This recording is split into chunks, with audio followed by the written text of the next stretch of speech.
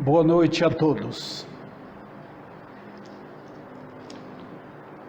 Com nossas Bíblias abertas, retomemos o Salmo 32.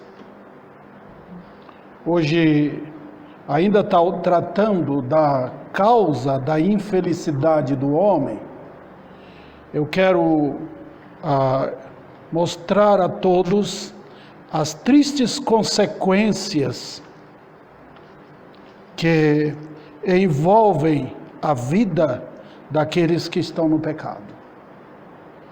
Vamos ler o texto. Enquanto calei os meus pecados, é o versículo 3 e 4. Envelheceram os meus ossos pelos meus constantes gemidos todo dia, porque a tua mão pesava dia e noite sobre mim, e o meu vigor se tornou em sequidão de estio. Vamos orar. Bendito Pai, mais uma vez tenho este trabalho de trazer a todos que puderem ouvir esta palavra do Senhor, neste maravilhoso e tão revelador Salmo 32. Que eu seja claro, que seja simples, e que a verdade chegue aos corações, ultrapasse tudo que é natural, chegue aos corações daqueles que vão te buscar de todo o coração. Eu te peço tuas misericórdias sobre mim, em nome de Cristo, amém. Na semana passada, no culto, eu trouxe a causa da infelicidade e tratei apenas do primeiro ponto.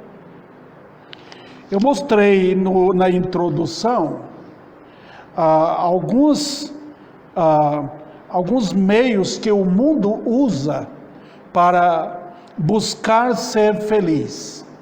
O mundo tem os seus objetivos, suas metas, sua religião, seus meios naturais para dizer aos homens que eles podem ser felizes longe de Deus. Eu falei sobre isto, e especialmente em nossos dias, com o aumento, o avanço da ciência, com a tecnologia tão adiantada como está, a tendência, e da boca dos grandes, dos cientistas, a tendência é essa, dizer que nós não precisamos de Deus. Nós podemos fazer o que nós precisamos fazer para a melhora do homem. Os resultados são dramáticos, nós sabemos disto. Também mostrei, vale a pena repisar um pouquinho o assunto de forma rápida, da origem da infelicidade. Fui claro, porque o texto é claro. Enquanto calei ou silenciei os meus pecados. Quer dizer, eu fui como que para eles escondido lá dentro, e disse: silêncio, não falo nada. Calei os meus pecados. Então mostrei algumas razões por quê. Uma é que é uma experiência individual, coisa que a psicologia ou a filosofia não pode explicar. Também é tão individual que nós vemos ali: calei os meus pecados. Então, é algo do homem, ele mesmo. Então, não pode culpar ninguém mais, é o seu pecado, como aconteceu com o rei Davi.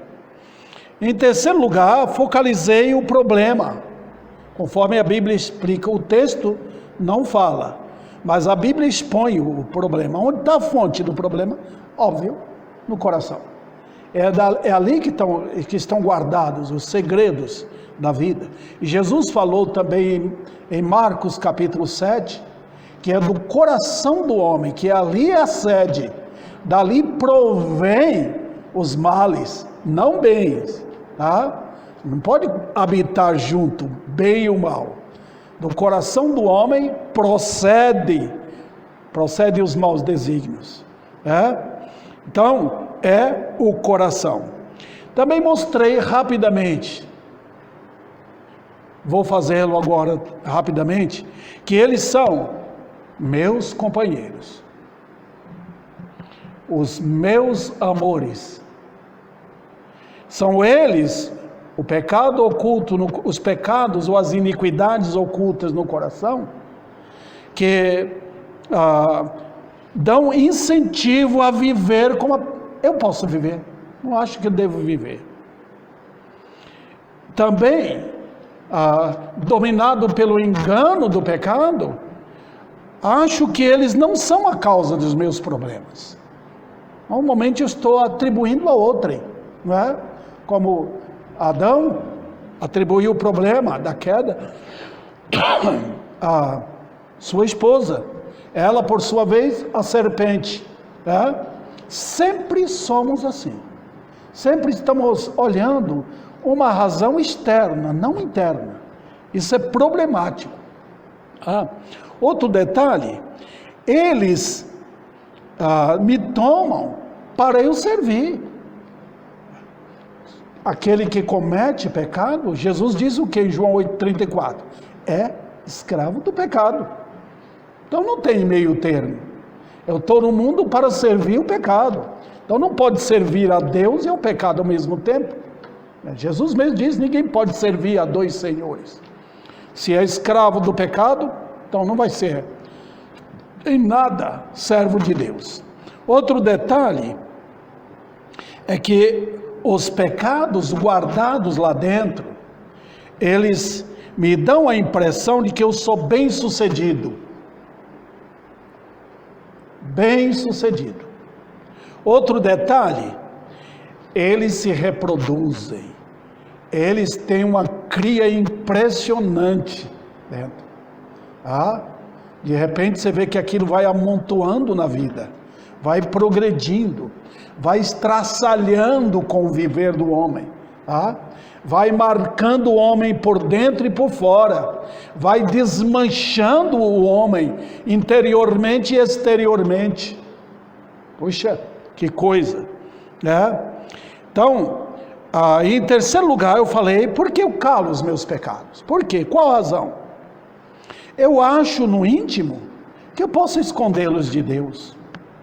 E é isso que nossos pecados querem, que nós os escondamos lá dentro, que guardemos em 7 chaves, pensando que Deus não está vendo, né? E outro detalhe é que eles me fazem sentir demasiadamente importante com eles. Eu vou viver como se eu fosse grande coisa, guardando meus pecados. Também eu não quero ser descoberto lá dentro. Então, silencie. Tapo a boca. Não abro a boca em confissão. Certo? E confissão é o ato claro de uma conversão genuína. Tá? Então, se não abre a boca em confissão, conforme a Bíblia diz, e conforme o texto mesmo diz, confessei-te, o versículo 5, o meu pecado. Então, o que aconteceu com Davi, ele abriu a boca, ele expôs o seu pecado. Foi esse o segredo. Então, ao invés de trancar a porta, ele abriu a porta. Foi esse o trabalho maravilhoso do Espírito de Deus na vida dele. Então, ele denunciou. Então, alguns também parece que se tornam crentes, porque denunciam alguns pecados. Tá?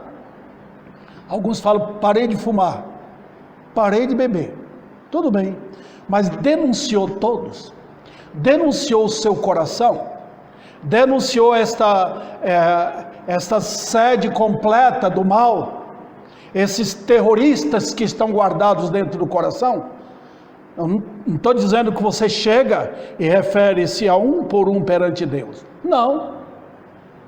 Confissão é a porta aberta, daí Deus, você falando, aqui está meu coração, você se torna transparente diante de Deus, você não encobre nada. Então o Senhor Jesus Cristo, quando Ele entra, Ele expulsa tudo, não fica nada ali, Ele vai ser o Senhor do coração. Agora eu quero passar para o segundo ponto, E vai ser como se eu tivesse uma nova mensagem. Tá? Então vamos tratar disso agora. As tristes consequências. Que o Senhor leve a sua palavra até o seu coração. Esse é o ideal, o propósito da mensagem. A primeira lição que nós podemos pegar daqui é a seguinte: é que Deus está vendo os meus pecados. Eu não posso esconder. Deus está vendo. A tendência nossa, de qualquer ser humano no pecado, é pensar que Deus é igual aos homens. É assim que vivem os homens no pecado. Eles se escondem dos seus atos. Você só vê os homens por fora. Você não vê lá dentro. Você olha na aparência dele. Você olha na idade dele. Você olha no cabelo branco dele. Você olha na educação que ele teve.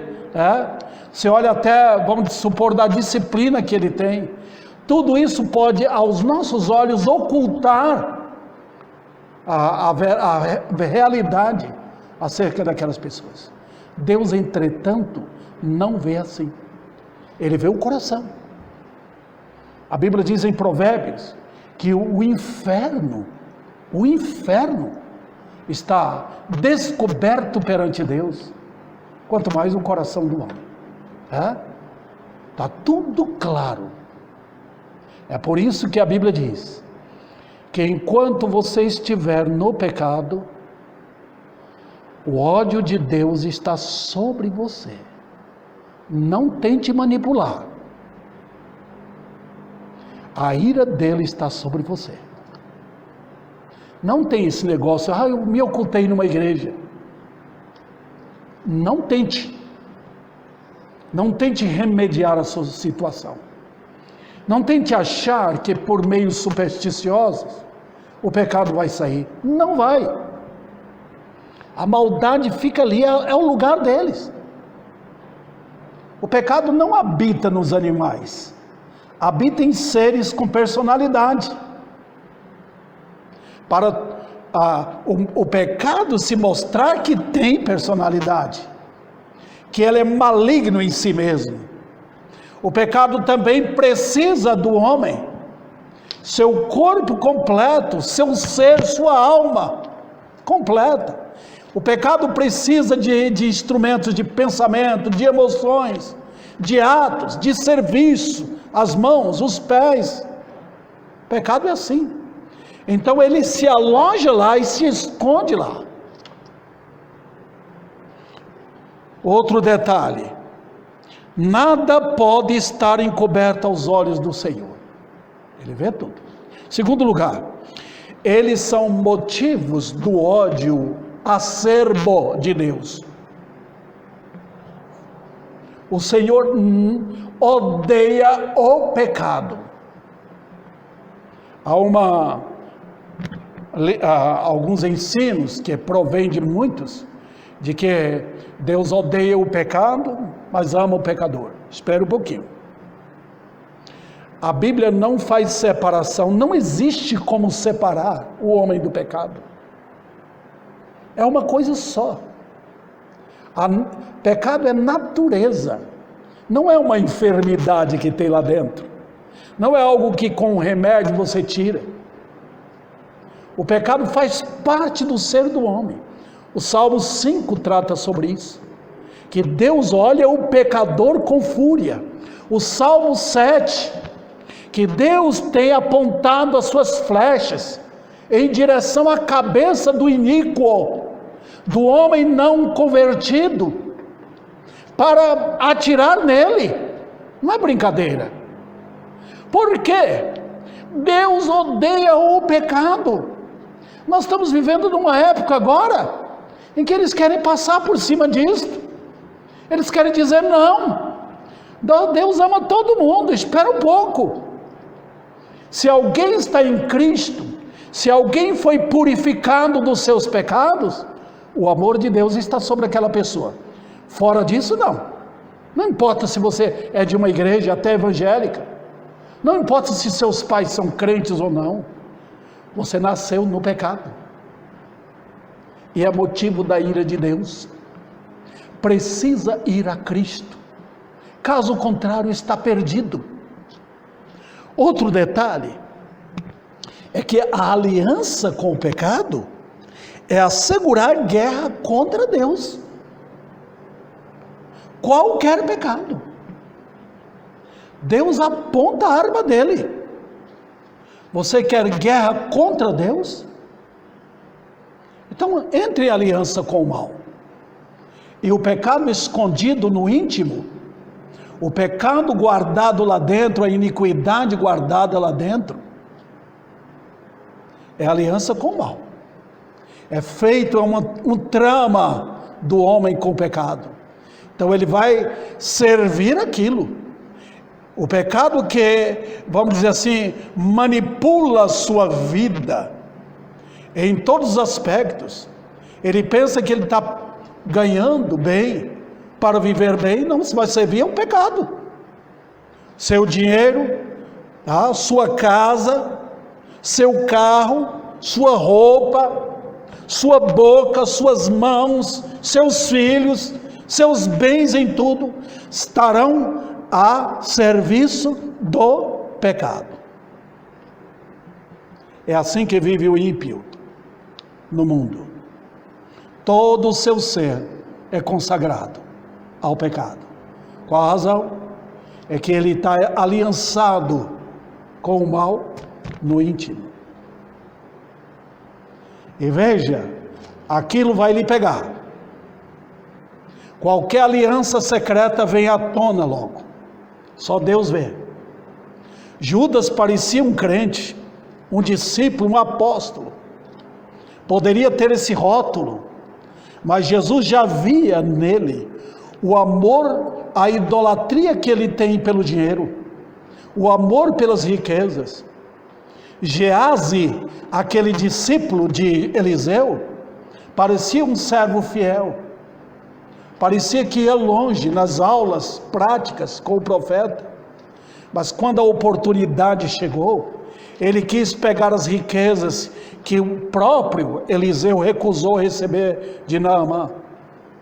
Então saiu leproso com a riqueza que ele pegou.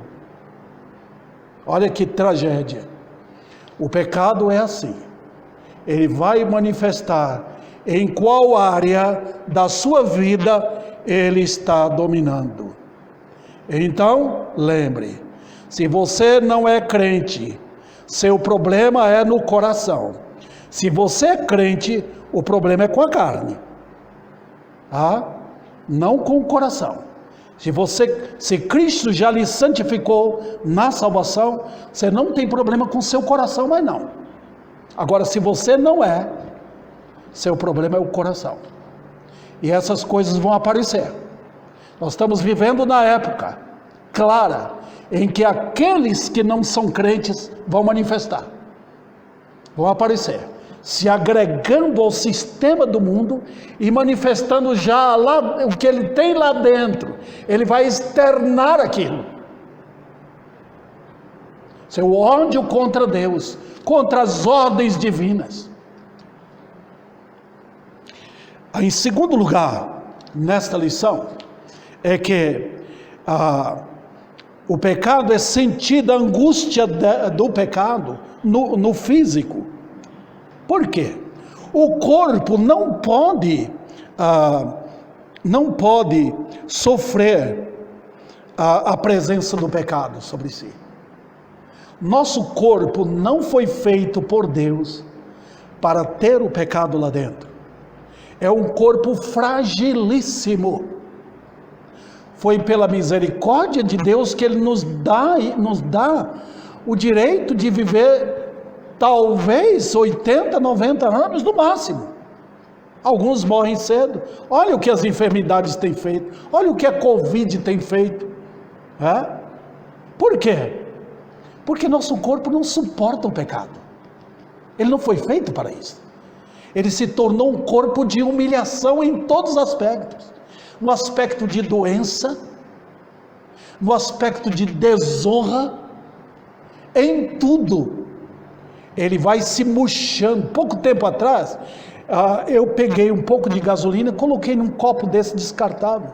O copo murchou completamente, porque não suporta o combustível dentro dele, especialmente gasolina. É assim o corpo. O corpo é moído pelo pecado ali dentro. Vem as dores, vem a miséria. Dependendo, vem quando você é jovem ainda, quando você é adolescente, quando é criança. Dependendo do mal, da assolação do mal. O corpo não pode suportar a presença do pecado. Você pode conviver com isso? Você convive com o mal no seu seio? Olha o que Deus falou para Israel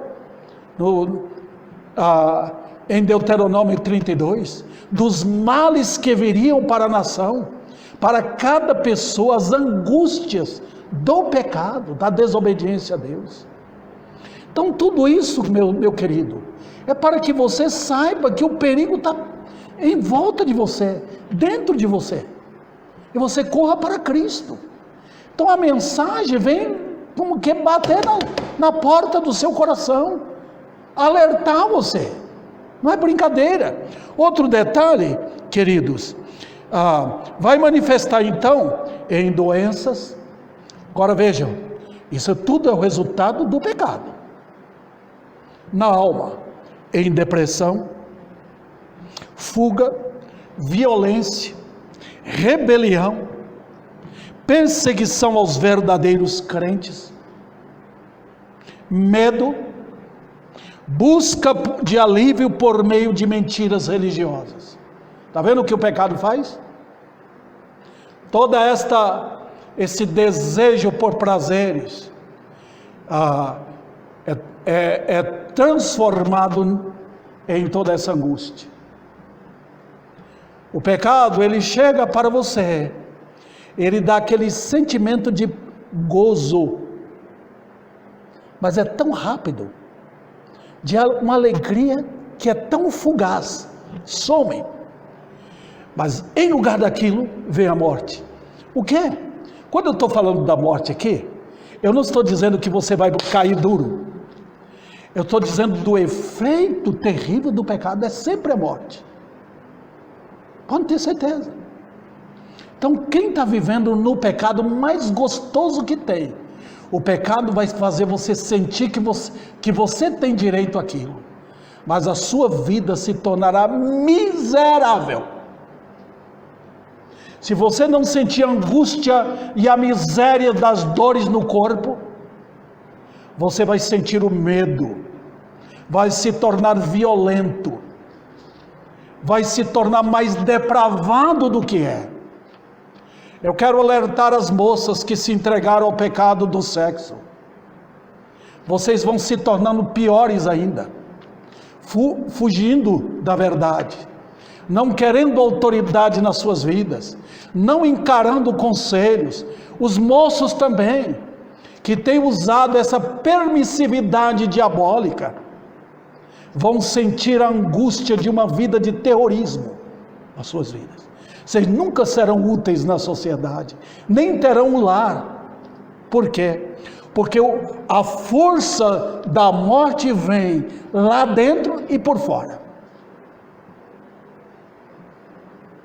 Quando Amnon, filho de Davi, fez aquilo com a própria irmã, meia irmã dele, ele imediatamente se tornou um homem terrível, motivo de ódio para quem estava por perto dele. É isso que ocorre. Outra lição que emerge desse assunto aqui é a ira de Deus. E aqui eu quero destacar um pouco mais, porque eu já falei um pouco sobre isso quando tratei que Deus está vendo. A lição aqui vocês já sabem. Primeira, o ódio de Deus contra o mal. Pronto. Não tem nenhum pecado que Deus não tenha ódio dele. Você não tem ódio de uma cascavel só porque ela é grande. Você tem ódio de um filhote de cascavel, porque ele pode lhe matar tanto quanto uma cascavel já velha. Tudo é venenoso. O pecado é odioso a Deus, tanto o pequeno como grande. Pronto. Você sabe por que Deus mandou o Filho dele ao mundo? Ele veio para arrancar o pecado. A morte de Cristo na cruz por causa do pecado. O maior terrorista do mundo é o pecado. Então é motivo do ódio de Deus. Fala, pastor, mas é assim? É. Mas Jesus não ama? Espera um pouquinho. Eu não estou tratando aqui das duas pessoas da divindade. Quando Cristo se tornou homem, ele amou a humanidade. Mas não estou tratando do Filho. Eu estou tratando de Deus o Pai. A Bíblia diz em João 3,36, que quem não crê no Filho, quem permanece rebelde contra Ele, a ira de Deus paira sobre a cabeça dessa pessoa. Você está no pecado. Vamos adiante aqui. Nada há fora de Deus para tirar o homem no pecado, da sua condição. Nada.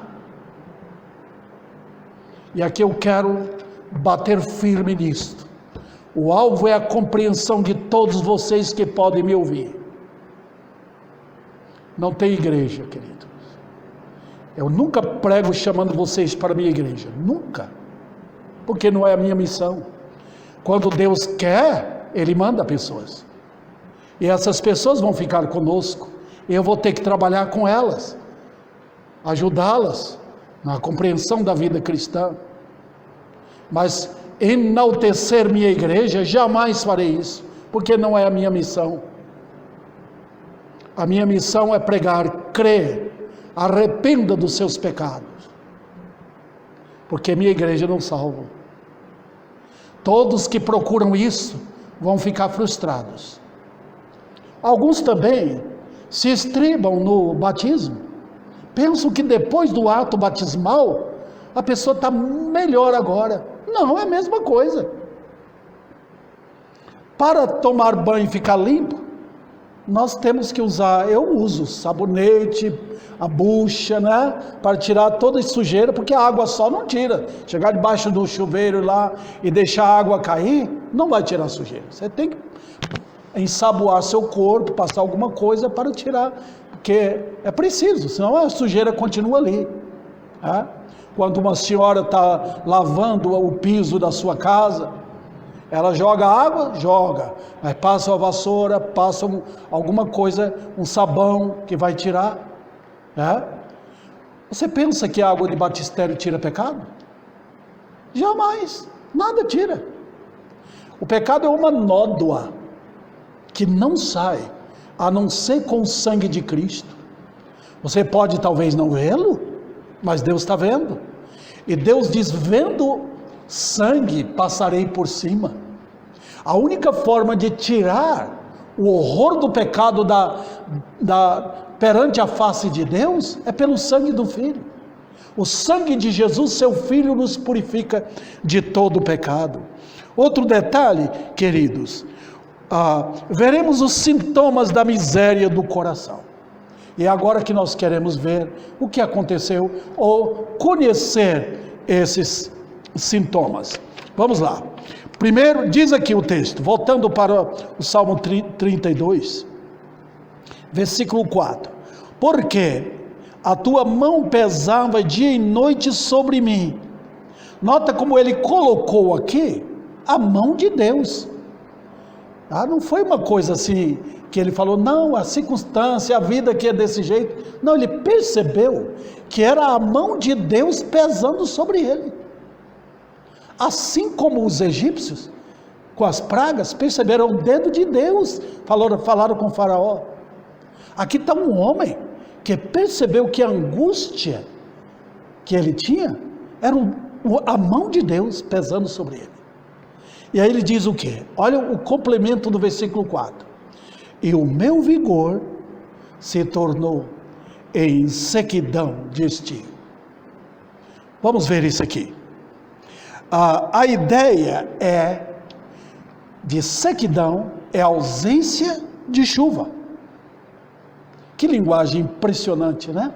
Ausência de chuva.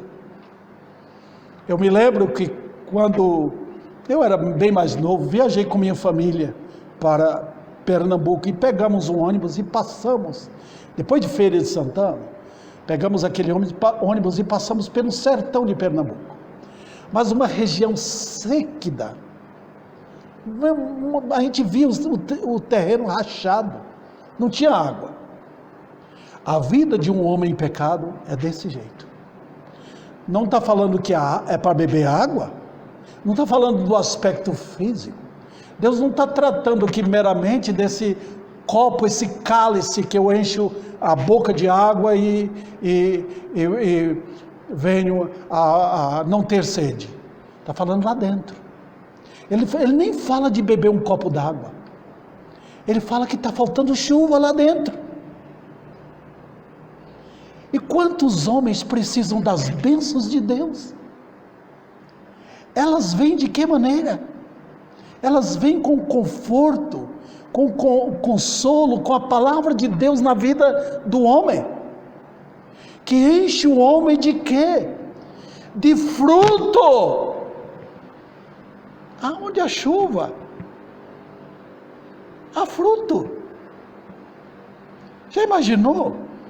Um território lá, alma, ressequido, que não nasce nada, não tem fruto. Então, nota o que ele diz: há um ressecamento consequente da falta de chuva, e por isso não tem fruto. Olha, o meu vigor se tornou em sequidão de estio. O que aconteceu? É que lá dentro, e o homem mais importante é o homem interior, lá dentro ele começou a emagrecer. Só aparecia os ossos, espiritualmente falando. Incrível. O que aconteceu então? A alma fica carente de vigor, porque não tem fruto. Nós vivemos para frutificar para a glória de Deus. O pecado oculto faz isso desaparecer, some. Não produzimos fruto. Não há alegria, a alegria é buscada lá fora. Não há fruto dentro de casa, o amor demonstrado pela família, não há. Não há alegria em Deus, não há contentamento pelo que tem, há ódio lá dentro, há inveja, maldade, malícia. Isso não é fruto, isso é obra da carne.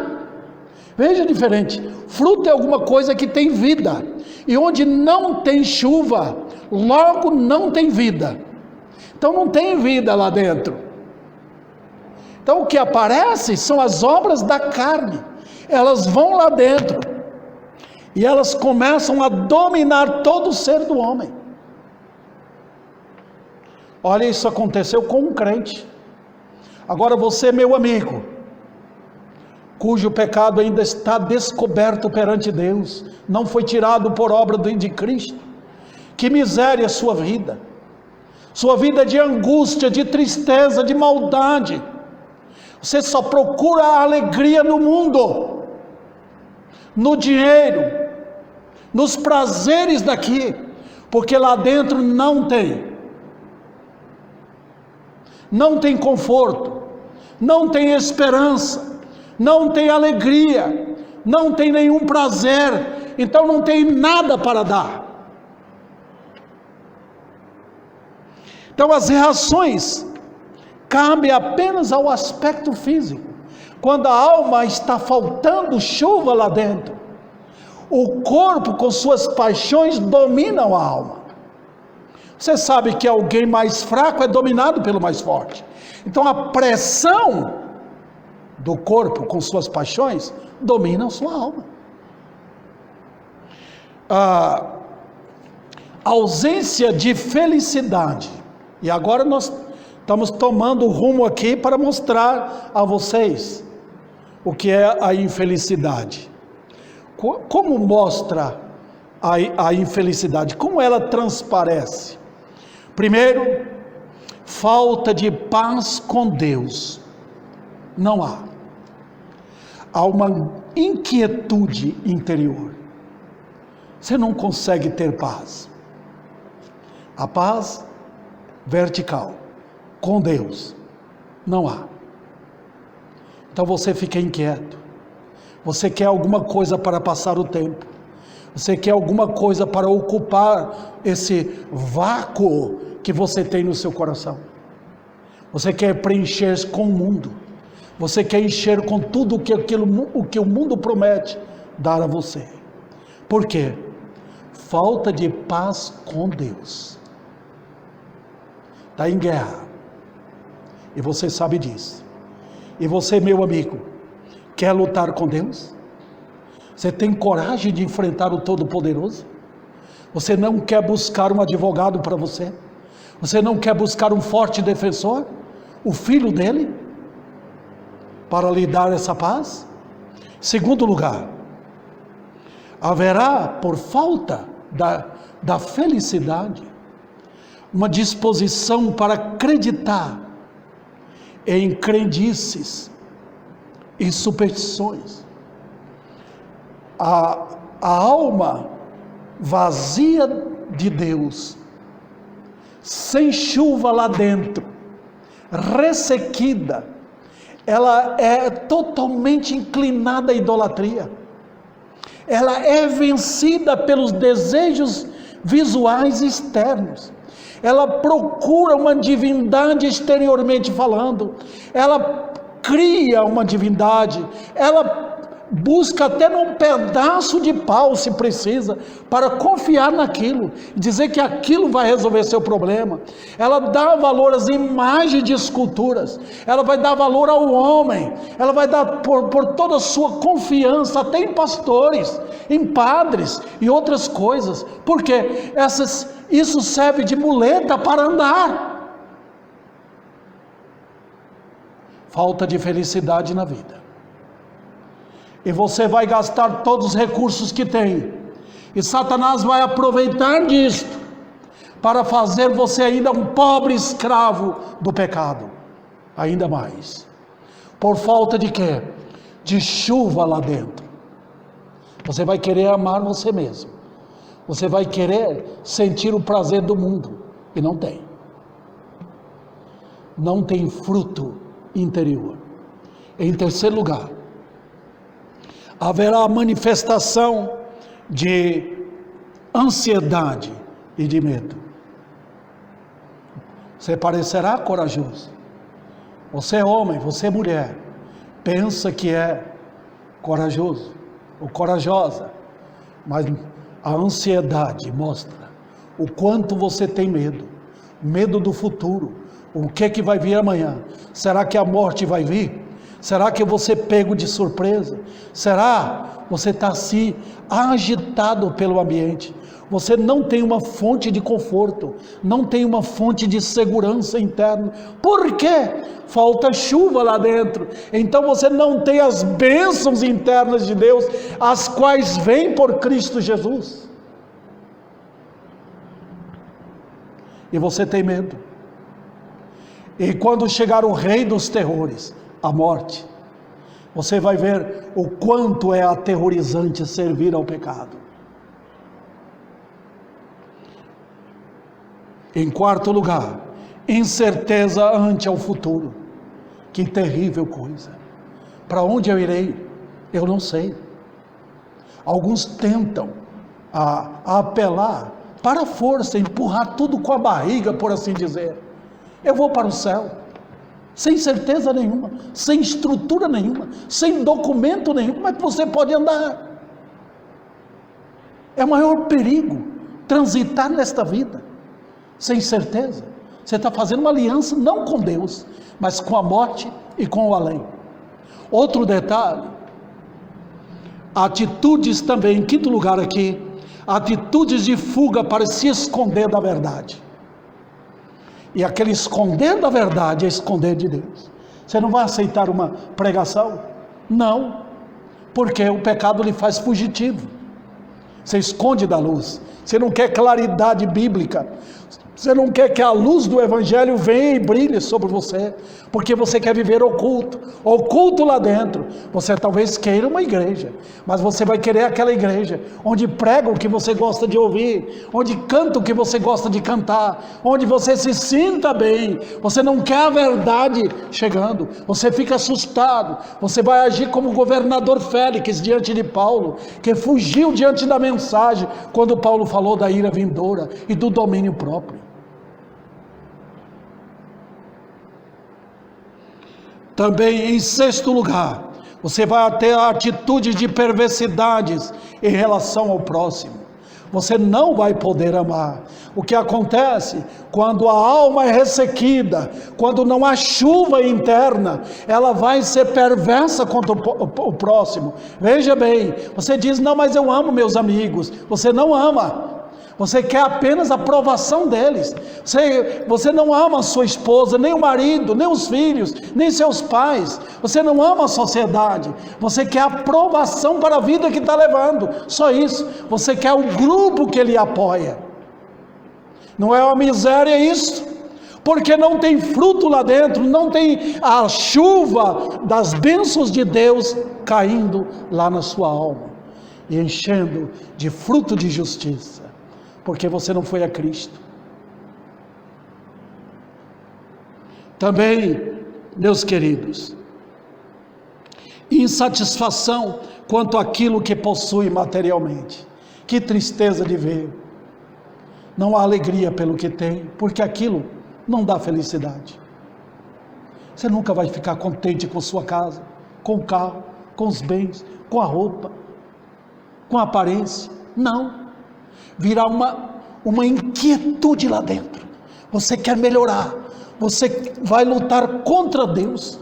Vai dizer, não aceito isso. Eu não aceito isso. Eu não aceito ser homem. Eu não aceito ser mulher. Eu não aceito ser pobre. Eu não aceito isso. A vida de um homem de Deus é uma vida de ações de graças. Veja bem, é totalmente diferente quando você é uma alma angustiada.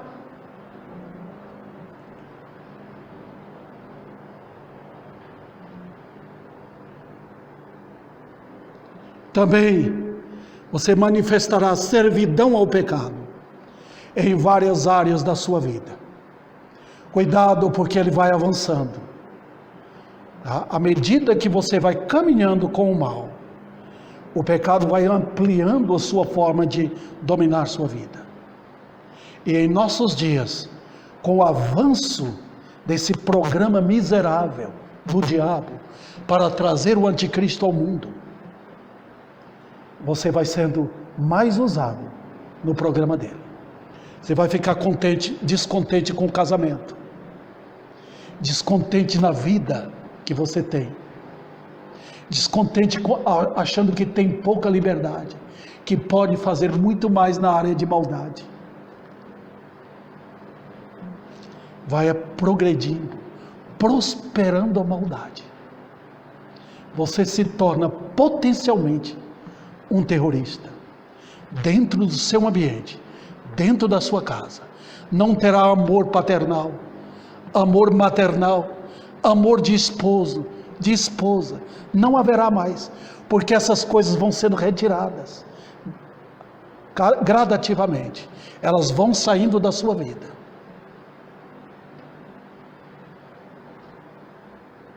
Também, em nono lugar, uma desenfreada busca de prazeres carnais. Vai ser assim. Você vai gastar o que tem para sentir prazer. Prazer. E quando a idade for chegando, 50, 60 anos, mais do que isso, você vai lutar contra aquilo, desesperadamente, para voltar atrás, melhorar, porque você quer prazer.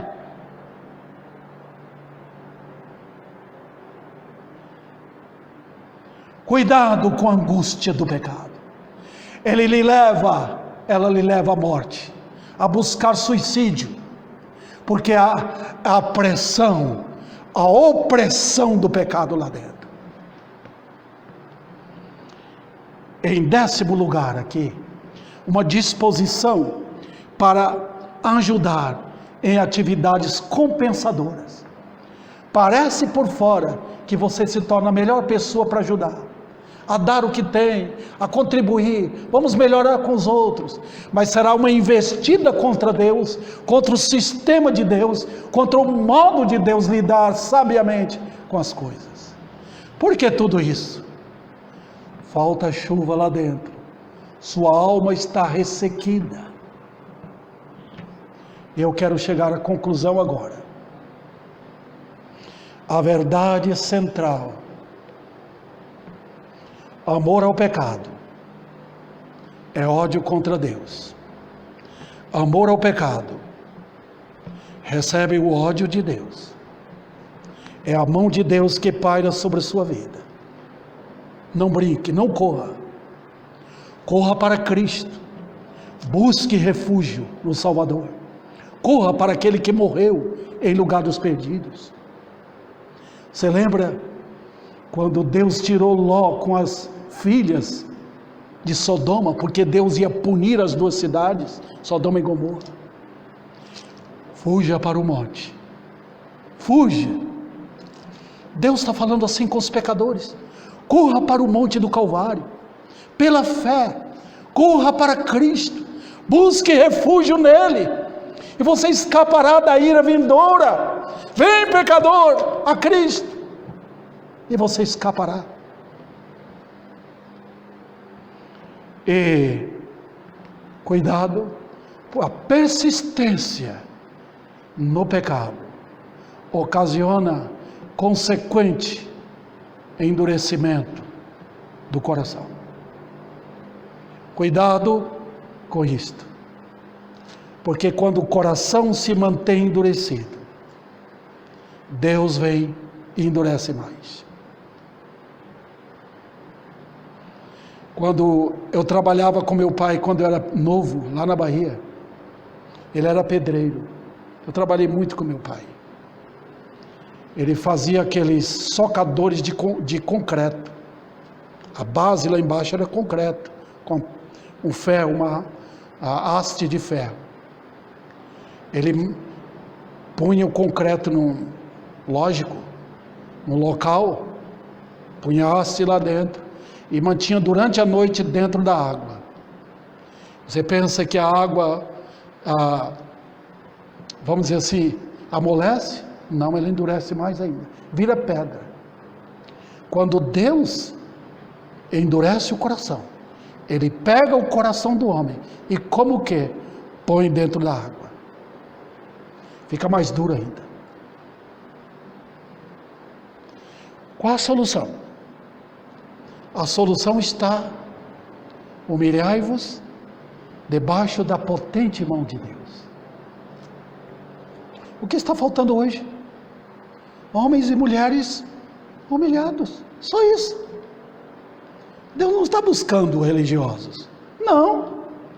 Ele não está buscando adoradores, como eu vejo gente buscando, eu vou adorar, não. Ele quer homens e mulheres quebrantados, e Ele tem prazer nisso, porque quando homens e mulheres se humilham, Deus entra em ação. Quando o homem para de agir, Deus entra em ação. Quando os homens caem perante Deus, perante a verdade, Deus entra em ação. E Ele o faz na misericórdia dEle. Ele vem como um Salvador. Ele vem com a longanimidade dEle. Ele vem com aquela misericórdia dEle. Ele vem com os instrumentos da graça dEle. Tudo, perdão, justiça, Ele traz tudo consigo. Antigamente, os médicos costumavam ir nas casas das pessoas. E eles levavam aquela maletinha deles, com os instrumentos. Quando Deus visita o pecador, na misericórdia dele, Ele traz, por assim dizer, na maleta dele, tudo o que a graça tem para salvar. Ele traz, por assim dizer, também no bolso dele, o perdão dele. Aqui, eu te amo, eu te amei. Aí é Jesus que entra em ação, o Salvador bendito, para tirar seus pecados, para Ele entrar no seu coração, para Ele reinar lá, e você é apresentado diante de Deus, sem qualquer culpa. Lembre bem, que a sua atitude de rebelião não vai afetar o reino de Deus. Você pode marcar revolta aqui no mundo contra um presidente, contra um prefeito, mas contra o reino de Deus, ninguém pode afetar. É inútil lutar contra Deus, porque você sairá perdendo. E também, Ele salva. Essa é a mensagem final. Cristo veio para salvar. Por isso Ele veio à cruz. Foi à cruz. Foi ali pregado para tirar o pecado. Lembra quando João apresentou para os discípulos? Eis o Cordeiro de Deus, que tira o pecado do mundo. E é esse Senhor, é esse Cordeiro, que eu apresento a você agora, meu amigo, que está me ouvindo nesta noite.